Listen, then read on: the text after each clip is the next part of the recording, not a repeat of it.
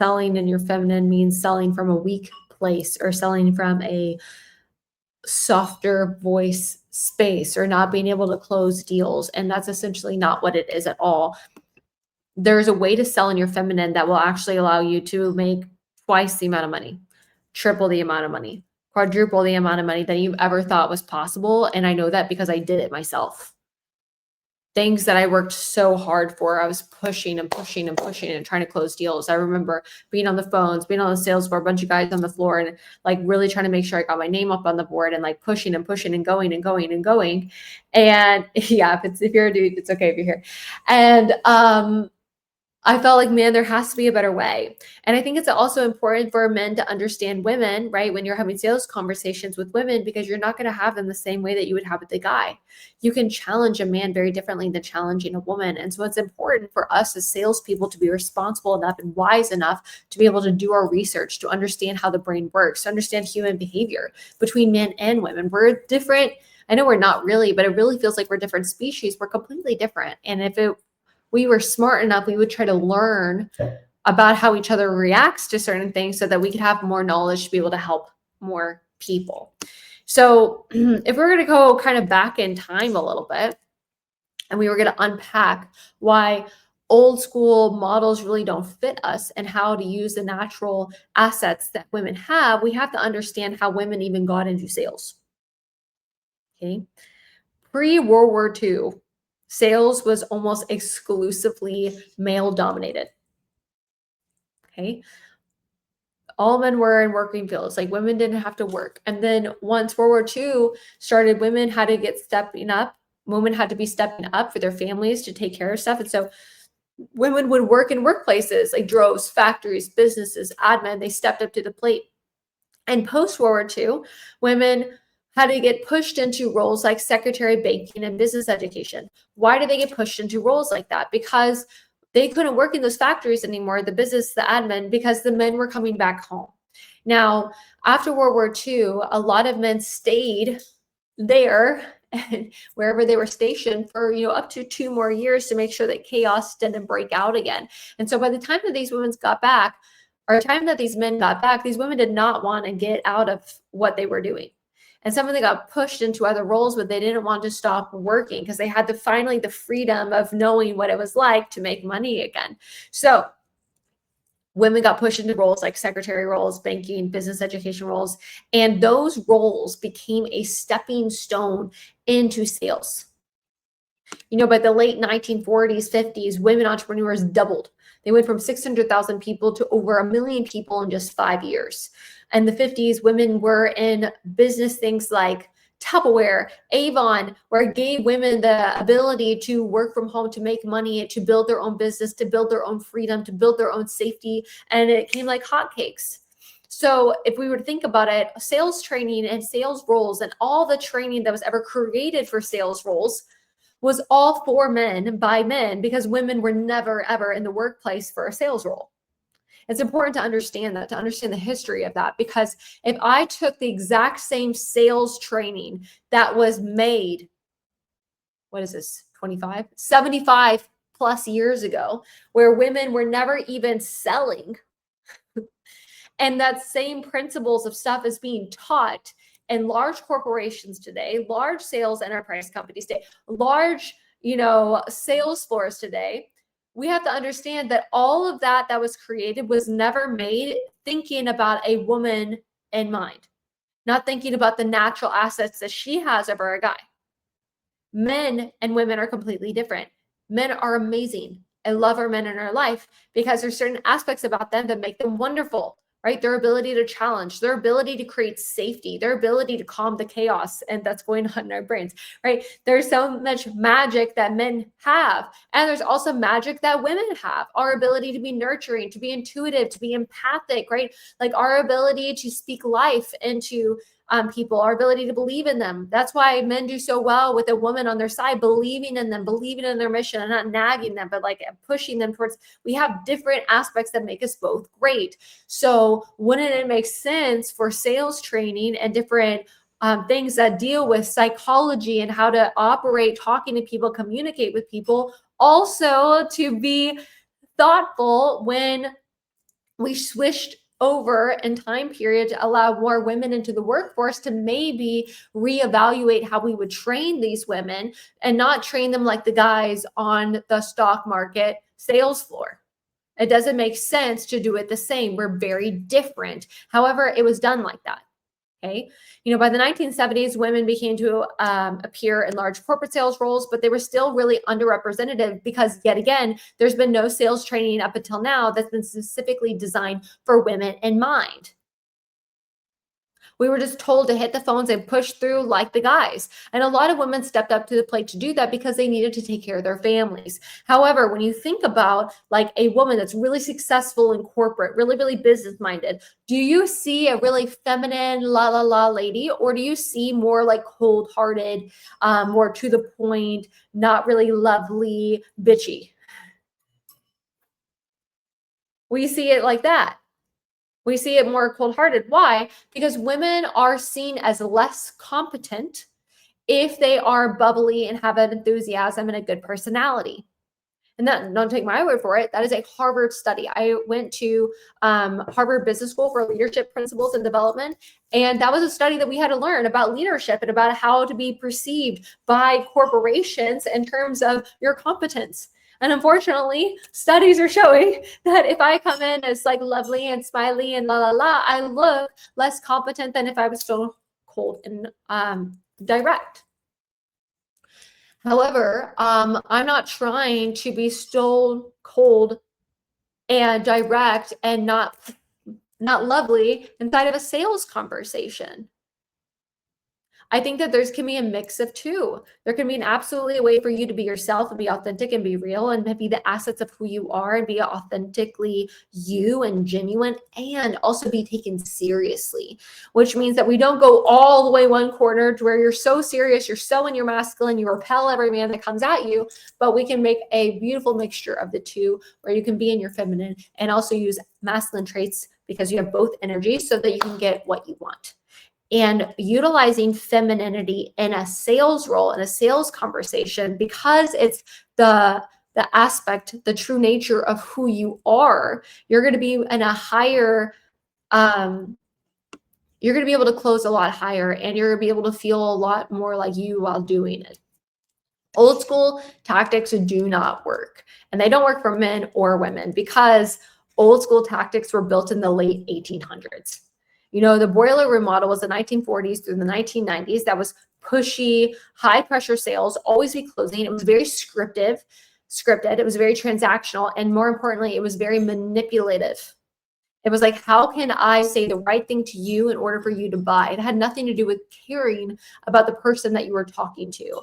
It was all about salesperson's dominance over your prospect. And in psychology, my God, I'm trying to rush here because I don't have a lot of time, about 15 minutes. Neuropsychology. When you look at the brain and how it works with the nervous system, and you look at old school selling and you compare the two, it shows directly why old school boiler room sales don't work and why they fail. If I pressure somebody, it triggers the amygdala in the brain, which is the fear center of the brain. It's what tells you that there's a big bear there and it goes into fight or flight. And if it goes into fight or flight, the person will shut down or they'll have defense mechanisms, right? So if I want to make sure that I am able to sell somebody in a way that doesn't feel like I'm pressuring somebody, I want to make sure I don't trigger their nervous system. So any type of old school tactics do the opposite of that. And that's why they don't work. Scripts, the scripts that they were using were very inauthentic. And I'm not going to give you the scientific name because it sounds stupid and a lot, but neuron dissonance. It basically is allowing people's brains to be like really resentful to you, to put walls up, to not feel like you're there for them, to feel like there's something wrong, something off. Any type of manipulation, it lowers trust, which means that the oxytocin that you would need to create in your body in order to feel like we're bonding will never be activated. So therefore, you don't feel connected to your person. And the result that you're getting is a lot of resistance, a lot of ghosting, a lot of I think about it, and a lot of buyer's remorse. If anybody does buy from you, they're going to regret it later. And you don't want that. You don't want that to be happening. It doesn't make any sense. Okay, so thanks, guys. Modern buyer behavior is way different than in the 1940s, the 1990s. Like everyone is more informed. Google, there's reviews, there's social media. Everyone is more skeptical than ever of hype and manipulation. People want to feel understood. They don't want to feel pressured. And old school sales was all about overpowering a prospect. I love feminine sales because it's not about overpowering them. It's about empowering them. Empowering somebody to feel like they can make their own choice by asking someone certain type of questions in order for the answers that they're saying out loud to persuade and influence them, because you're guiding them to take responsibility in order to decide something so that they can solve a problem that I help them find. Average reps can find one problem. Excellent top reps can find 2, 3, 4, 5 different problems. And my question ability and the way I ask my questions allow this person to release that oxytocin, which allows them to bond with me, and they feel like they can be connected to me because I'm there for them. And they can feel that through my question ability and through how I ask my questions. Women are uniquely powerful in sales. Being a woman in sales is the advantage. It's the advantage. Okay. A woman can get into any room that a guy can't get on. I remember being in B2B sales, I would have to walk onto job sites. And the reason why they would hire women reps is because if I walked onto a $10 million house job site, you're not going to be like, hey, get off my job site. You're going to be like, why is this random lady walking on the job site? I would walk in these little red rain boots. No one would try to get rid of me. The problem for us women is that we get tested after we get in the door on our competence, on our knowledge. This is why it's more important than ever for women to educate yourself, to have the skill set, to be able to hold your own. You can get in the door, but can you stay in the room? Being able to stay in the room means that you have value to add, meaning that you have substance, not that you're just talking to talk and smiling a pretty smile. Like, that's not going to work for you. That's not going to pay your bills. Okay. You get to get in the door being a woman, but you need to stay in the room by knowing what the hell you're talking about. Women are powerful because your ability naturally to be empathic.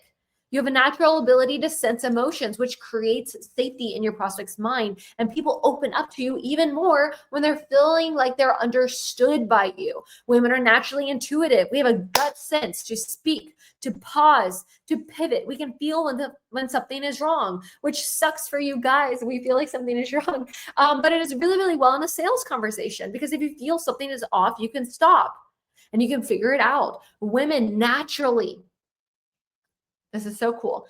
Naturally, we're biologically wired to be able to read micro signals, tonality, hesitation, body language.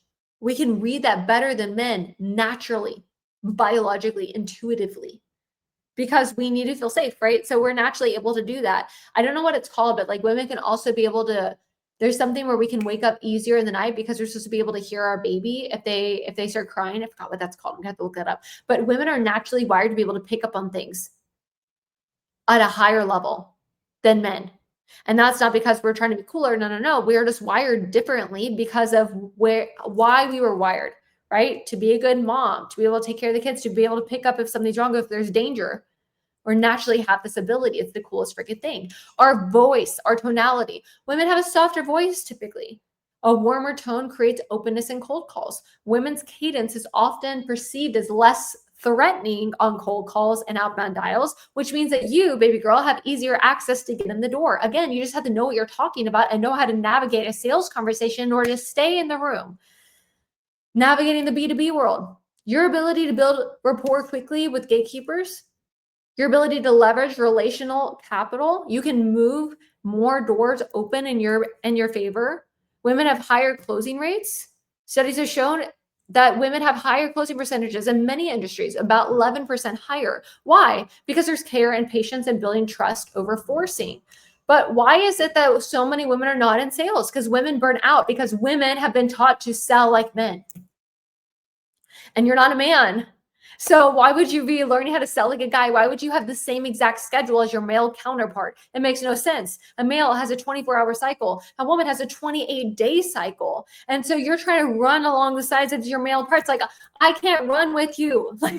Like my body is not designed that way. And so you're getting frustrated at yourself because the people next to you are performing at a higher level because you perceive performing at a higher level means hustling hard, but that is not the truth.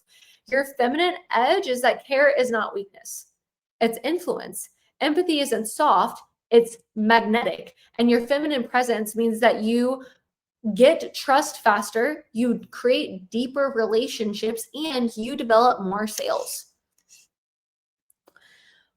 For women, we have to do different things than men. Like you as a woman did an energy reset ritual. Before every call, you got to get grounded. We got to breathe. Drop your shoulders. Ask, like, am I here to try to sell this person, or am I here to connect with them and find their problem and help them have some type of breakthrough? Regardless if you're selling a large enterprise or an individual, you're talking to humans.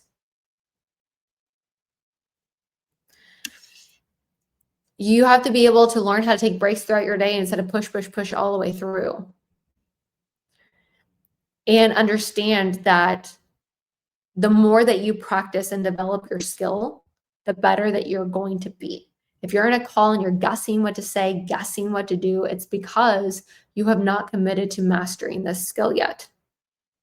If I were to ask you, if a jury was here and you are being put on trial for how successful you would be based off of how much you practice and role play and how much you train, would you be convicted? Do you give it 100%? Do you give it 60, 80? How much do you actually go all in on yourself in order to develop the skill to become the best? Become the best for you, the best for your family. Tonight we're doing our summit. It's a 3-day free summit. If you don't have access to this summit, make sure you comment summit to me or DM me summit so that you can get access, because you want to be there for the next 3 days. If you want to really commit to going to the next level of your life, the next level of your sales ability, you want to show up for yourself so that you can learn everything that you need to learn to apply it to your sales game. Like, it's going to be epic. It's going to be incredible, but you have to show up for yourself.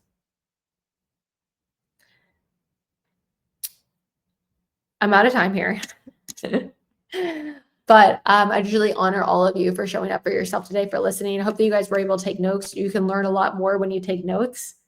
It helps you. And I hope that this was supportive, because being a woman is amazing. And learning how to sell in a feminine way absolutely changes the game for you if you want it to. So I honor you guys. I hope that you all have an amazing day. I'll see you at the summit tonight. Make sure a link is in my bio, or you can definitely just direct message me summit and we'll get you access to it. Bye, everyone. Bye.